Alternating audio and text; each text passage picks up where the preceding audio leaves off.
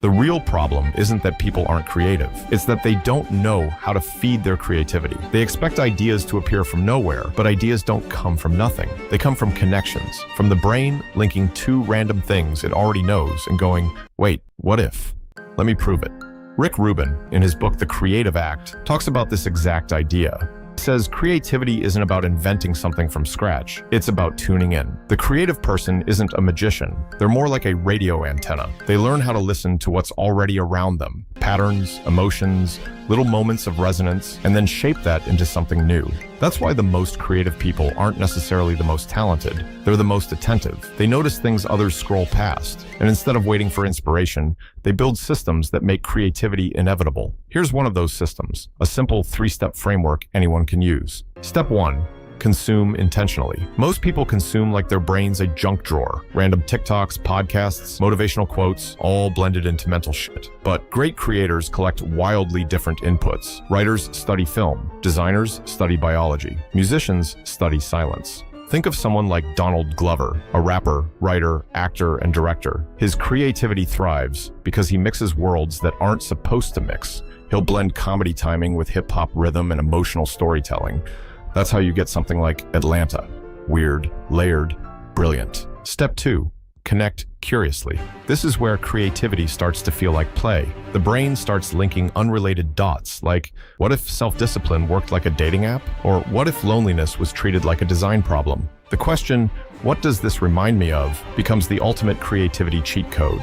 Rubin describes this as participating in the flow. You stop trying to force ideas and instead let them collide. Those messy notes in your phone that make no sense now, they're creative gold mines waiting for two dots to meet. Only if it's not your trauma dump. Just kidding.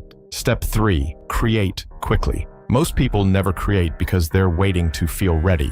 But that's where they are wrong. Look at someone like Tyler. He doesn't sit around waiting for divine inspiration. He just makes stuff. He builds worlds, sounds, visuals, and through the act of creating, he finds what actually works. It's proof that action, not thinking, is the birthplace of ideas. And honestly, part of creating fast is having the right tools. Like when I'm editing, I don't want to waste hours trying to find a sound that kind of fits. That's why I use Epidemic Sound. It's basically a cheat code for making your ideas hit. All their tracks are made by real artists, completely restriction-free, so I never have to worry about copyright. My favorite feature is Adapt. It automatically adjusts the music to fit your video's pacing and mood, which saves me so much time when I'm editing. If you want to level up your creative flow, click the link below. Use my code NEXTCORE50 and you'll get 2 extra months at 50% off. So you can start soundtracking your ideas properly. Anyway, the truth is, every creative genius just has a better system for noticing and recording connections. Kendrick Lamar, for example,